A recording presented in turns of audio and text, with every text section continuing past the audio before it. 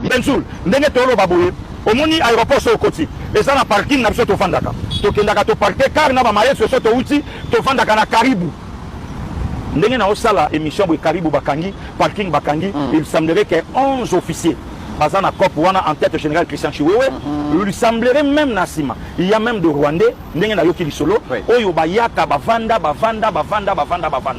Et bazana ba pareil oyo ils ont contrôlé tout l'aéroport. Porte na sortie, il y a président de la République.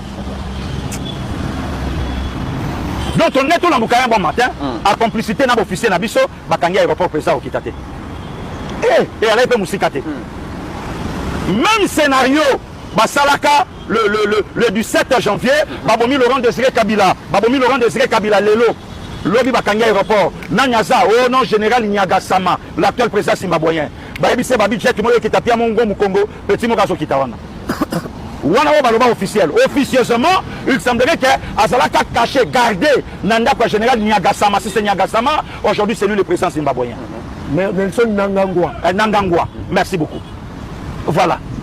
Et aujourd'hui avec des officiers, Talaba Makambo et Salama. Nayoki même Bayebisinga in de comité, Batoyo, ba officier, ba koza, Chiti ya Goma na Bukavu. Le lo bangwana basonga na basona ba commandement, il paraît, basana ba Ituri.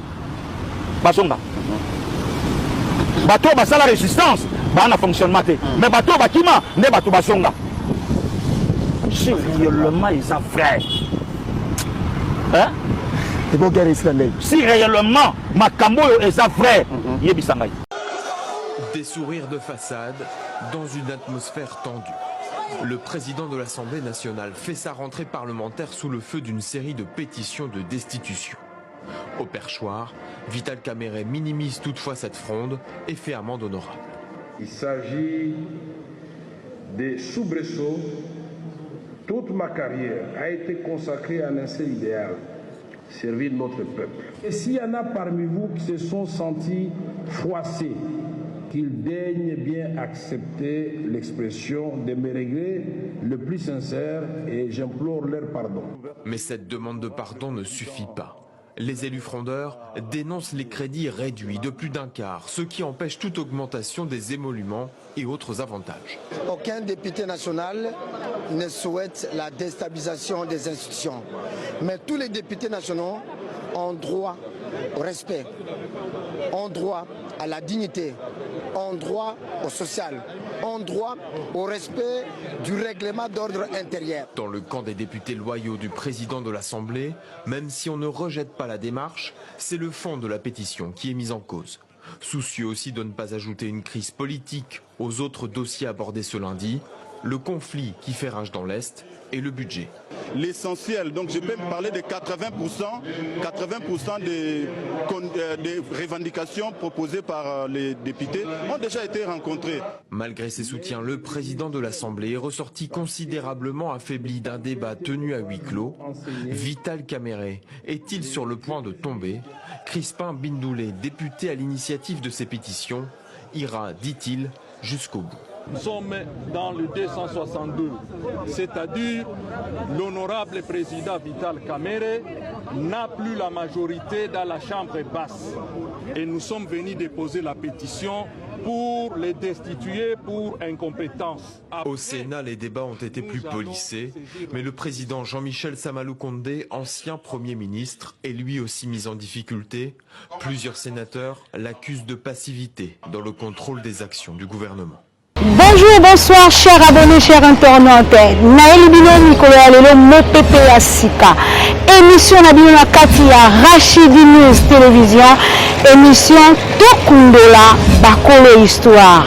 Tokundola Banani, Tokundola Ba politicien, ba musicien, ba artiste, ba comédien et que vous allez présenter pas à Nani et que vous allez présenter pas à Ngai Moko, votre humble servante Rachel Gikonji Malungu, une femme pas comme les autres. Et voilà, abonnez-vous massivement sur votre chaîne de référence Rachidi News Télévision, vous ne serez jamais dessus.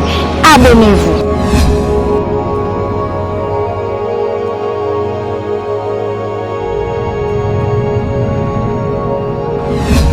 Bienvenue sur votre chaîne de référence Rachidi News Télévision. Mesdames et messieurs, Mbote na balandi nyonso.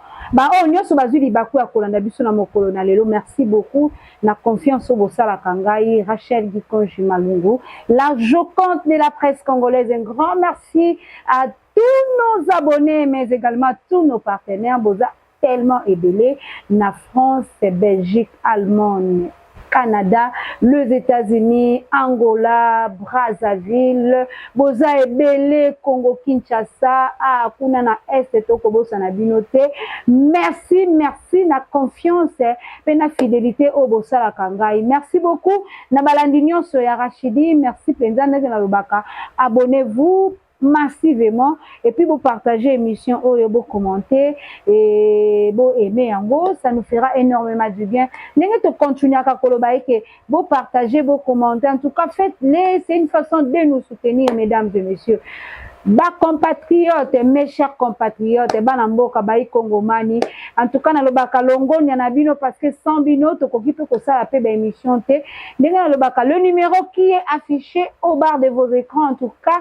Appelez-nous à tout moment, Bokozwabino, Bokozwabiso, Basijection Nabino et Kozala Malamu Mingi, Bareproche Nabino et Kozala Pe Malamu Mingi. Et alors aussi, s'il vous plaît, ceux qui peuvent vous en avoir besoin de soutenir chaîne Nabino, pour soutenir Ngai. En tout cas, nous sommes là disponibles. Nous appelons les partenaires et les sponsors. Balobi ba sponsor boya ebele ba o penza ba lingi ba promouvoir ba produit na bango. Les sponsors, venez nombreux. Nous sommes disponibles 5 sur 5. Brozala jamais déçu. Je suis aujourd'hui seule dans mon plateau. Je vais vous parler de la politique. Politique Yamboka na biso, notre cher beau pays. Notre Congo, Mboke Tonda Kita, Mboke Tonda richesse, Mboke Bele Baye, Baye Bele Ba Kolanda Pote, Bayi Bakara richesse, O Ezali na Mboka na biso, Ba Dongolo Miso, Ba Kolanda Kaka, Po Bayi Ba O Ezali richesse ya Mboka na biso. En tout cas, nous-mêmes, le Congolais, tu es baka valeur ya Mboko, te bima na Mboka Oyo, pour ba valeur ya Mboka Congo. Nous sommes fiers de notre pays et moi aussi je suis fière d'être congolaise. Fier ya kozala pena moi na Congo. Merci beaucoup baenio sobovandi pena TV moko pour na kotala émission na biso ba obo kozwango na téléphone. En tout cas merci na bino toko so lelo maye koleka na toile ya mboka na biso. En tout cas beaucoup des informations et ce que je dis, l'information nous oblige, l'actualité nous oblige par ces ou sur ce nous pouvons que parler de l'actualité boyebi mikolele kaki coup d'état il n'y a que ça la mana mokonzi ya mboka ba kobenga coup d'état parce que ce n'est pas possible l'avion du chef de l'état oyo penza toyebi ete mokonzi ya mboka kokita na telle heure et l'autre boye salama. Je ne suis pas d'accord avec ça. Aujourd'hui nous allons parler de ça. Maëlle Kaki Nakati aéroport aux environs de l'aéroport Mokonzi Mboka alingaki a atterrir. Qu'est-ce qui s'est passé? Est-ce que Nini Kolobama Makambwana Nyonso et Lobami Pona Nini qui est à la base de tout ce qui s'est passé par rapport il y a atterrissement, il y a avion, il y a Mokonzi, il y a Mboka, notre président de la République. Maman, notre président de la République, Sachi Beton, Félix Antoine Tshisekedi Tshilombo, moi la Mboka, balobi président de la Kaka Moko, na Mboka Nyonso. Na mona na noté Mboka Moko bakabola deux présidents, lobé à la transition. Au basala ratin 5 présidents, au bako ba vice na e bazali, mais a tozali na vice te tozali bien na mokonzi moko, c'est le président Félix Antoine Tshisekedi Tshilombo. Ba coup d'état depuis mokonzi mboka akota na mboka oyo to akota na pouvoir. Ba coup d'état combien déjà est salama, déjà est mekama, déjà est commandé na kolo bango ndenge nini. Combien de coups d'état déjà tenté et pas ya chef de l'état Félix Antoine Tshisekedi. Lelo otozobeta masolo oyo etangamaki to masolo oyo mokonzi ya mboka lolenge nini alingaki asala crash na kati ya avion. Plus de 40 minutes en l'air. Et ça l'a raté. 40 minutes en l'air. Déjà, tu as commis déjà pour atterrir. Mais avion et ça lit 40 minutes à l'heure. Qu'est-ce qui se passe? À part ça, ce n'est pas seulement avion et ça la 40 minutes. À part ça, avant avion et atterrir, électricité, courant et pays à niveau, il y a aéroport. Oh. Courant et Katani, qu'est-ce qui se passe? Nous faisons cette analyse. En tout cas, Bandeko Atali, faites vos commentaires.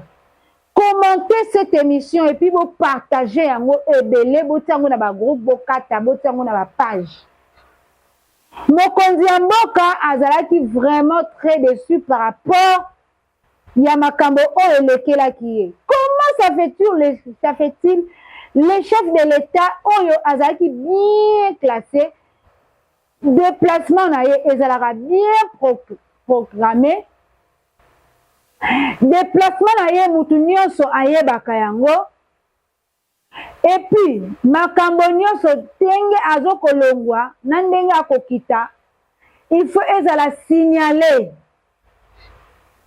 Voilà pourquoi tokoloba qui était derrière tout ça. Parce que ce total est à niveau ya SNEL. Donc comme on a DG à SNEL. Boyeba qui bien que chef de l'État azolinga akita na aéroport Yanjili. Et kokita ya chef de l'État, il faut mieux chose à la bien. Il est le chef de l'État. Il est le président. Biso tozo sakana na fachi parce qu'il est partial. Parce qu'Azalaraнаe mutumoko boye, il autorise tout. Mais c'est pas na bamboka mususu. Bamboka mususu. Yango na lobaka mboka na biso Congo esengeli ka dictature. Parce que bato o bayaka na dictature na mboka o nde ba resusaka. Bomoni ndenge tozalaka na président Mobutu.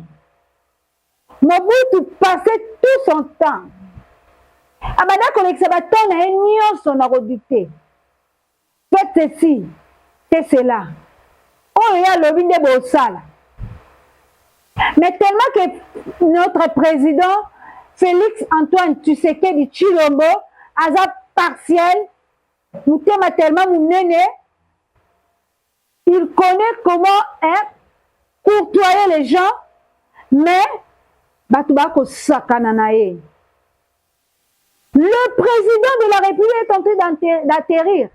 Mais l'électricité est coupée. Oh, ça c'est quelle sorte de pays? Quel manquement du pays? Quel manquement chez le président? Quel manquement, je vous dis? Donc, enfin, le DG de la SNEL doit être interpellé. Il faut aller interpeller. Parce que mon konzamboka kokita. Mon konzamboka boyebi bien programme na ye. A kokita na telle heure. Mais avant telle heure, l'embuscade est venue. Embuscade est à l'aéroport. Et à l'avion, mais ils sont à l'aéroport. Il ne peut pas atterrir. Parce qu'il n'y a pas l'électricité, l'insécurité. Toko sakana na mboka, toko sakana na président Félix. Parce que Félix, azalara na ye mutema munene.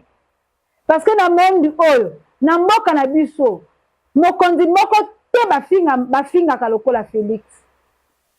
On connaît, on a la liberté de l'expression dans notre pays. Il y a des choses qui se passent dans ma télévision. Il y a des gens qui parlent de mal, il y a mokonzi mboka, mais baza arrêtez, hein. Mais dans le régime passé, bino moko boyebi mukamate. Bino moko boyebi elenge nini et ben ndeko c'est passé. Et voir même contrôler les téléphones. So ba monyoka na image moko boya mokonzi mboka, ba arrêtez yo.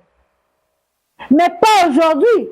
On a la liberté de l'expression. Tout le monde peut parler de tout de Félix. Tout le monde peut parler de tout du président. On n'a pas du respect du président. Et s'il était... Ce qui coup d'État est Salemaki. Qu'est-ce qu'on allait devenir aujourd'hui? Et le lot, cité, qui est derrière ces coups d'État? Parce que déjà, mon Konzamboka concerne à 40 000 salaires. Ça ne se fait pas. Et il est partiel, il a un grand cœur, le président Félix. Il y a le régime passé, donc, si le président est en train de voyager, tout est en ordre. Si vous avez dit tout est en ordre, l'avion du président doit être contrôlé. Donc, il est interpellé. Notre ministre et à transport, notre papa, Jean-Pierre Bemba Gombo. Il est le ministre du transport. Ministre du transport a dit que le président faut voyager. Ministre du transport a dit que Mokonzamboka ko quitter mboka wana. Et si Kazali. Pour comme na mboka na ye na telle heure. Et l'avion du président, ministre du transport, il faut appeler sa autorisation. Et l'insécurité na kati aéroport, sécurité na kati aéroport. Autorisation wana, il faut la ministre ya wapi. Donc notre cher papa Jean-Pierre Bemba. N'habitez ce qui ministère yango ya transport au conduire yango bololengeni. Parce que tout doit être contrôlé. Nous nous allons à la tête. Est-ce avion wana tango sala ki ministre belé qui a autorisé avion sala ministre belé likolo. Donc le ministre du transport doit être interpellé. L'agent de la SNE. Donc on va tourner sur bakangi hein. On a sur bakangi wana ya mikie wana non. Bango kutute. ODG ya RVA, ODG ya wapi. Oh bato agent ya aéroport. Bango kutute. Moi, je demanderai, il y a que si le ministre des Transports a défendre le Cambodge. Il doit défendre ces problèmes. Parce que c'est grave. DGSNL, DGSNL, il est plus fort à l'interpeller. Parce que un pays, si les autres pays, peut-être que c'est Kabiso. Pourquoi qu'on commise Mokonzamboka au bout? Pourquoi qu'on c'est qu'un gouvernement, c'est qu'un régime, nous sommes là seulement pour interpeller les gens. On n'est pas du côté gauche, on n'est pas du côté droite. Mais tant qu'on interpelle, quand on la population va la réveiller. Et les politiciens aussi, on va travailler tout autour de Mokonzamboka. On va aller honnêteté, ceux qui ne sont pas vrais du chef de l'État. On doit le parler parce que chef de l'État n'est pas ayokaka, za papa. Ayokaka. Interpellation. Il y a Jean-Pierre Bemba. Il faut expliquer comment est-ce que l'avion a eu cette dimension et a choc l'écolo pendant 40 minutes. Papa, avion coûte ce que zomata, moutema si comme l'écolo, et bon, moutou déjà dit que ah na kokita. Moutema na yeko zalandengeni. Le coup d'état. Mais moutou peut pas conseiller la coup d'état. Akoufa raté. Il est l'élu du Dieu. Mouni Fati, hein, à tabolobi ndengenini. Eza Mokonzamboka, eza nde Zambe Moutou, Ataye Sikawana. C'est lui-même le Dieu. Pour ceux qui n'ont pas qu'à balobake, aïba Mokonzi Abatou. Mais déjà Fati a destitué, déjà Fati a sa longwa. Mais tellement que Azalaka nde Moukolona ya longwa, donc tout ce qu'on a vu sur un coup d'état. Laissons les coups d'état. Donc le chef de l'État, il faut aïbaké.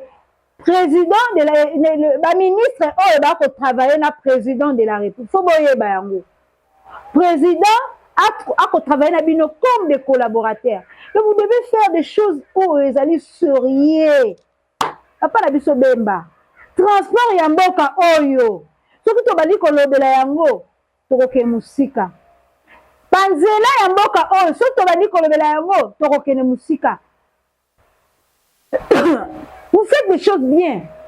Dernièrement ici vous venez de inaugurer nzela ya train Matadi Kinshasa, c'est déjà une bonne chose. Ba train yé, ba wagon yé, ba métou à train yé, donc nzela on a déjà comme opérationnel. Pendant qu'ils sont en train encore il y a qu'au travailler bah rail na biso. C'est déjà une bonne chose. Mais bongi ça penza, il faut une explication concrète. To limite to comme oh bemba ya kala oh zalaki opposant. Non. Na régime wana, on les connaît, on ne change pas l'histoire, to ebi histoire. Bemba oh wana oh zalaki opposant ya Etienne Tshisekedi. On connaît. On n'est pas des naïfs. Mais aujourd'hui, ceux qui m'ont dit que quoi, toi, comment, bako interpeller, bako tangela mabunga. Parce que nous, les Congolais, là, comme vous nous voyez comme ça, to tanga rande mabunga. Toko tangela mabunga ya kala, bongisa musala papa. Jean-Pierre Bemba, notre ministre du Transport, bongisa musala. Voilà, événement on a et puis ça qui va tout passer dans mes thèmes et voir même lui-même le chef de l'État. Bon, quand ça banga, il avait peur. Pilote, il y a chef de l'État. Qu'est-ce que vous avez vu? Explication pesant en Gambunayo. Est-ce que vous avez la complicité na baewana? Est-ce que la sécurité au niveau aéroport? Mon candidat a vu la Kinshasa, Daniel Bumba. Comment l'insécurité est immense? Nesika oh mon candidat mboka koko kita. Donc batouana non se bouffou ça l'interpeller. On blague avec le président. On ne blague pas avec le président. Les coup d'état ya mboka oh à chaque fois. Coup d'état moko linga ko salama. Qui est derrière ce coup d'état? Qui est derrière? Qui sont derrière? Tu es bien que bako luka mokonzi ya mboka. Tu es bien que bako luka mboka oyo. Baye bakenda déjà bezil. Baye bakenda na ngambo ya ba M23. Tu es bien nanga azali na ngambo ya M23 na ngambo ba Rwandais. Tu es bien Joseph Kabila qui était l'ex de notre pays, l'ex-président de notre pays, il est commanditaire. Il y a M23, il y a des rebelles. Et qui va accepter Biloko Bongo Salam? Vous ne connaissez pas que le pays va tomber en faillite. Et puis que mon condamboka, ceux qui ne l'ont pas condamboka koufi. Ma camounia, saison à racine. Alors c'est regrettable. Nous demandons la sécurité de notre président. Nous demandons la sécurité de notre pays. Nous demandons la sécurité.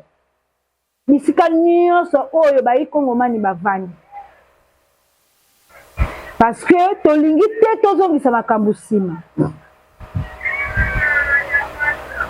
Mokonzi ya mboka sali tout kozongisa baye nyonso bazalaki ba exilé politique. Boyebi histoire. Voir même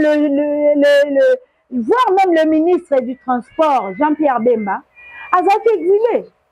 Ba Moïse Katumbi nyonso wana bato wana nyonso bakimaki nani akimisaki bango? L'ex-président. Mais mokonzi ya mboka tango akomi président ya mboka Congo azongisi bango nyonso wana. Lelo alobi boya tosangana tosala musala. Mais lelo ka bango wana nyonso wana bakomi ko traiter ye na ndenge mosusu. Alors toko mettre garde. On met en garde ministre des Transports. Tango mokonzi ya mboka lukaka bima libanda ya mboka. Donc faut s'assurer que avion na ye ezali très bien. Il faut s'assurer que esika ko kitela déjà sécurité na ye ezali. Faisons bien notre travail. Parce que bayi Congo mani tozana na posa na ye. Coup d'état sur coup d'état. Bon, moi, que Moutongo Boko ça la coup d'état sur coup d'état, il n'est pas quoi avancer. Bon, ça quand on a naïveté, n'a été. Bon, on a été, un peu partiel. Il a la diplomatie, hein. Et j'aime la diplomatie du chef de l'État. J'aime ça. Yango moni ya kendaka na likambo ma ya zaka na emba mbangu te. Akendaka na likambo malembe malembe. Donc soko liba kanga yo ko kanga yo. Tomoni makambo Vital Kamerhe. Azu Vital Kamerhe ba pesi liberté. Ye wana bimi. Soki ngai Vital Kamerhe faya tala bima na mboka o. Na que ça vie na nga hier. Mais il a accepté encore de travailler pour ce pays pendant qu'il est traître. Mais mon condamnement quand il était kaïbe mboko, mbonga mboka o. Ayeba kiango. Mais il lui a laissé encore de travailler avec lui. Ce n'est pas la naïveté. Il n'est pas naïf. Donc, tout l'andelaye malem dans diplomatie na. Chef de l'État est là, faut qu'on m'aime asamsane malem et puis ba collaborateur na ebisika nyonso bozalaka. Bosala ete mokonzi mboka abima molongi. Mais tellement que on a ba faux calcul, bolingi mboka te, bolingi ba mboka ba souffrir, bolingi ba congolais ka ba souffrir, bolingi ba congolais ba vanda kimia te, kuna na est e vanda kimia te, na ngambo Goma, Bukavu, ba vanda kimia te, kuna doke tellement bolingi la bino ka mboka te, yango bolingande mokonzi mboka kueya. Otozongela susu si ma vie à zéro. Tokome sika moko boye mais tozonga lisusu. Ah les Congolais, vous êtes méchants. Vous appelez ma bé makasi. Yango na lobi bato nyoso ba ko sala Congo boye. Est-ce que baza vraiment Congolais? Toyoka pe ke ba Vital Kamerhe wana comme si bana ba Congolais. Toyoka. On le dit. Comme si, je n'ai pas affirmé.